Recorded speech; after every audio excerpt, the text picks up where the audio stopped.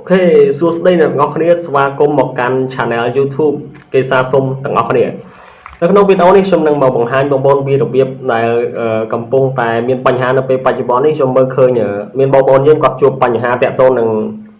Telegram តាក់ទងនឹងការប្រើប្រាស់ Telegram នឹងមានការបង់ប្រាក់អីចឹងណាហើយ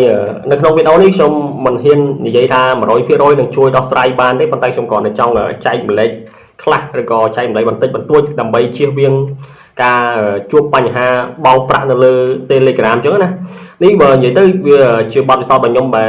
បានឃើញគេហទំព័រឬជា website ខ្លះគាត់និយាយពីបញ្ហាហ្នឹងហើយចឹងក៏ខ្ញុំចូលអានទៅហើយខ្ញុំយល់បានតិចតួចណាចឹងខ្ញុំព្យាយាមយកវីដេអូហ្នឹងមកចែកម្លែកបងប្អូនចឹងមូលហេតុដែលបងប្អូនដែលគាត់ប្រើ Telegram ចឹងខ្ញុំដំបូងខ្ញុំចូលក្នុង Telegram របស់ខ្ញុំសិនបាទដល់ពេលដែលចូលទៅក្នុង Telegram បងប្អូនកន្លែងនេះខ្ញុំសូមពត់ blur តិចដើម្បីកុំឲ្យឃើញច្បាស់អីចឹងណាចឹងនៅពេលដែលបងប្អូនចូលទៅក្នុង Telegram បងប្អូនណាចូលទៅនៅពេលដែលបងប្អូនចុះឈ្មោះគេទាមទារឲ្យបងប្អូនបង់ប្រាក់នឹងឲ្យបង់ប្រាក់ជា fee សម្រាប់ country មានន័យថាសេវាប្រទេសអញ្ចឹងណាអ្នកខ្លះបង់50សេនអ្នកខ្លះបង់1រៀលអ្នកខ្លះបង់1រៀល50សេននោះតាមទូរស័ព្ទនីមួយៗអញ្ចឹងបញ្ហាហ្នឹងហេតុអីបានមានបញ្ហាហ្នឹងអញ្ចឹងដំបូងឡើយខ្ញុំសូមបញ្យល់តិចសិនហើយក្នុងវីដេអូនេះខ្ញុំអ្នកដែលគាត់ជួបបញ្ហាហ្នឹងប្រហែលជា 70% អាចដោះស្រាយបានហើយ30% ប្រហែលជាអត់ទេព្រោះនេះខ្ញុំព្យាយាមដោះទឿនតិចណាអញ្ចឹងបញ្ហានោះវាកើតឡើងនៅពេលដែលបងប្អូនប្រើ Telegram ហើយបន្ទាប់មកបងប្អូនយក Telegram ហ្នឹងលក្ខណៈថាដូរទូរស័ព្ទយកទៅលុកនៅក្នុងលុក password ទៅដូចជាលុក Telegram ហ្នឹងនៅក្នុងទូរស័ព្ទថ្មីមួយទៀតអញ្ចឹងដោយសារតែទូរស័ព្ទចាស់ហ្នឹងបងប្អូនអត់ទាន់បាន set up ឬក៏រៀបចំអ្វីមួយដែលជា function របស់វាឲ្យច្បាស់លាស់ណាអញ្ចឹងទៅវាទៅមានបញ្ហានៅពេលដែលបងប្អូនលុកចូលទូរស័ព្ទមួយទៀតតើធ្វើបែបណាទៅមានអ្នកខ្លះគាត់មករកខ្ញុំដែរគាត់ឲ្យខ្ញុំដោះស្រាយបញ្ហាហ្នឹងប៉ុន្តែខ្ញុំដោះស្រាយអត់ចេញដោយសារតែទី1គាត់ទូរស័ព្ទចាស់របស់គាត់ហ្នឹងគឺគាត់បានដូរមានន័យថាទូរស័ព្ទចាស់ហ្នឹងគាត់លក់ទៅបាត់ហើយលក់ចោលបាត់ហើយគាត់បានទូរស័ព្ទថ្មីគាត់យកមកដាក់ Telegram គេទាមទារគាត់បង់ប្រាក់អញ្ចឹងដំណោះស្រាយដែលយើងអាចធ្វើបានគឺទី1យើងទៅ set up នៅក្នុងទូរស័ព្ទចាស់របស់យើងហ្នឹងaccount ចាស់របស់យើងហ្នឹងដើម្បី set up function មួយហើយ function ហ្នឹងនៅពេលដែលយើង set up ហើយយើងអាចយកTelegram ហ្នឹងទៅលុកនៅក្នុងទូរស័ព្ទថ្មីមួយទៀតដោយពុំមានបញ្ហាហ្នឹងទេអញ្ចឹងនៅពេលដែលបងប្អូនមាន Telegram ដល់នេះមាន Telegram អញ្ចឹងដើម្បីការពារនៅថ្ងៃក្រោយដែលបងប្អូនចង់ដូរទូរស័ព្ទដូរអីចឹងទៅណាដូរទូរស័ព្ទដូរអីបងប្អូនភ្លេចខ្លួនបងប្អូនយកទៅដាក់ទូរស័ព្ទថ្មីហើយទូរស័ព្ទចាស់នេះលក់បាត់អញ្ចឹងវាអាចនឹងមានបញ្ហានឹងដែរអញ្ចឹងដើម្បីជៀសវាងបងប្អូនត្រូវដោះស្រាយបញ្ហានឹងឲ្យហើយកុំឲ្យដល់ពេលដូរទូរស័ព្ទទៅវាជួបបញ្ហាទាំងអស់ហ្នឹងអញ្ចឹងណាអ្នកខ្លះគាត់មានឯកសារសំខាន់ដូចខ្ញុំអីភាគច្រើនខ្ញុំមេរៀននឹងការរៀនសូត្ររបស់ខ្ញុំច្រើនគឺនៅក្នុង Telegram ហ្នឹងហើយនៅក្នុង Telegram ហ្មងអាហ្នឹងអ្នកខ្លះគាត់ប្រើ Telegram សំខាន់មែនតើជាពិសេសបងប្អូនដែលគាត់ធ្វើវីដេអូ creator ផ្សេងគាត់ប្រើ Telegram នេះគឺជា app ដែលសំខាន់មែនតើអញ្ចឹងដើម្បីជៀសវាងកុំឲ្យខាតពេលវេលាយូរសូមបងប្អូនទៅតាមដាននៅការបញ្យល់ក៏ដូចជាណែនាំពីខ្ញុំទាំងអស់គ្នាអញ្ចឹងដំបូងឲ្យបងប្អូនចូលនៅក្នុង Telegram ណា Telegram ទូរស័ព្ទបងប្អូនហើយបងប្អូនចូលទៅកន្លែងនេះ tray 3នេះបងប្អូនខ្ញុំចុចឲ្យមើលនេះឃើញ tray 3ហ្នឹងអត់ចុច tray 3ហ្នឹងមកហើយបន្តមកទៀតបងប្អូនជ្រើសយកពាក្យថា setting បងប្អូនឃើញទេ setting រូបដូចមញងម៉ូតូហ្នឹងចុចកន្លែងហ្នឹងមក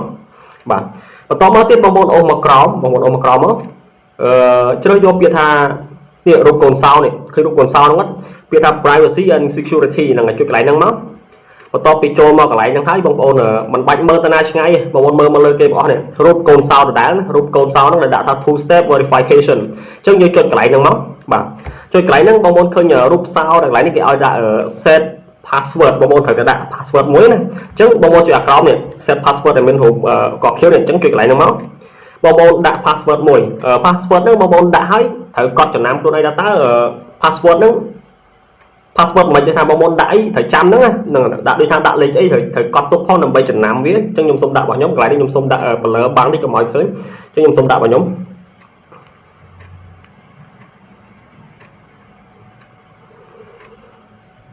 បាទបន្ទាប់ពីដាក់ឲ្យបងប្អូនចុចសញ្ញាព្រួយនេះមក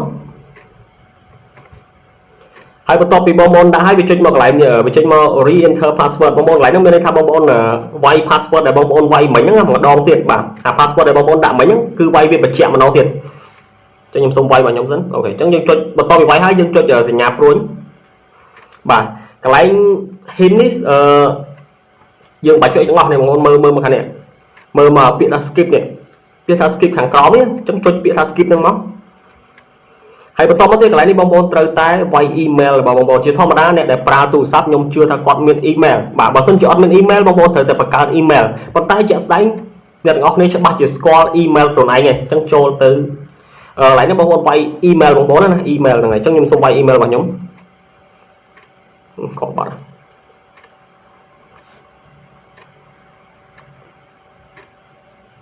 បាទបន្ទាប់ពីវាយ email ហើយបងប្អូនចុចសញ្ញាព្រួយបងប្អូនណាចុចសញ្ញាព្រួយនៅពេលដែលវាចេញបែបនេះបងប្អូនត្រូវតែចូលទៅក្នុង Gmail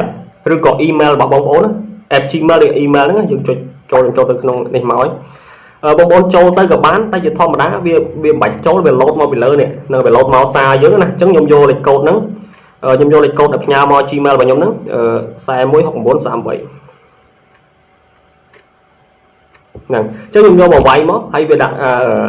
password set return to the setting អញ្ចឹងបងមកចុចពាក្យក្រោមនេះអញ្ចឹងមានន័យថាការ set up កន្លែងនេះគឺបានជោគជ័យហើយអញ្ចឹងខ្ញុំចុចបាទអញ្ចឹងយើងត្រឡប់មកនេះវិញត្រឡប់មកទំព័រដើមរបស់យើងវិញអញ្ចឹងចំពោះការរៀបចំកន្លែងហ្នឹងមានន័យថាពេលដែលបងប្អូន set up អញ្ចឹងហើយទៅពេលដែលបងប្អូនដូរទូរស័ព្ទ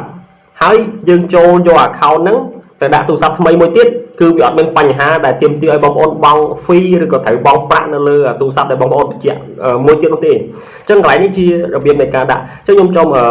បញ្ជាក់បងប្អូនថាបើសិនជាក្នុងករណីដែលបងប្អូនចេញមកគេឲ្យបង់ប្រាក់អញ្ចឹងហើយ account ចាស់នោះអាទូរស័ព្ទចាស់នោះលក់បាត់ហើយអញ្ចឹងអាកន្លែងហ្នឹងភាគរយគឺខ្ញុំអត់មានរបៀបក្នុងការដោះស្រាយទេប៉ុន្តែរបៀបដែលការដោះស្រាយបានគឺដោះស្រាយបានចំពោះដែលបងប្អូនគាត់នៅ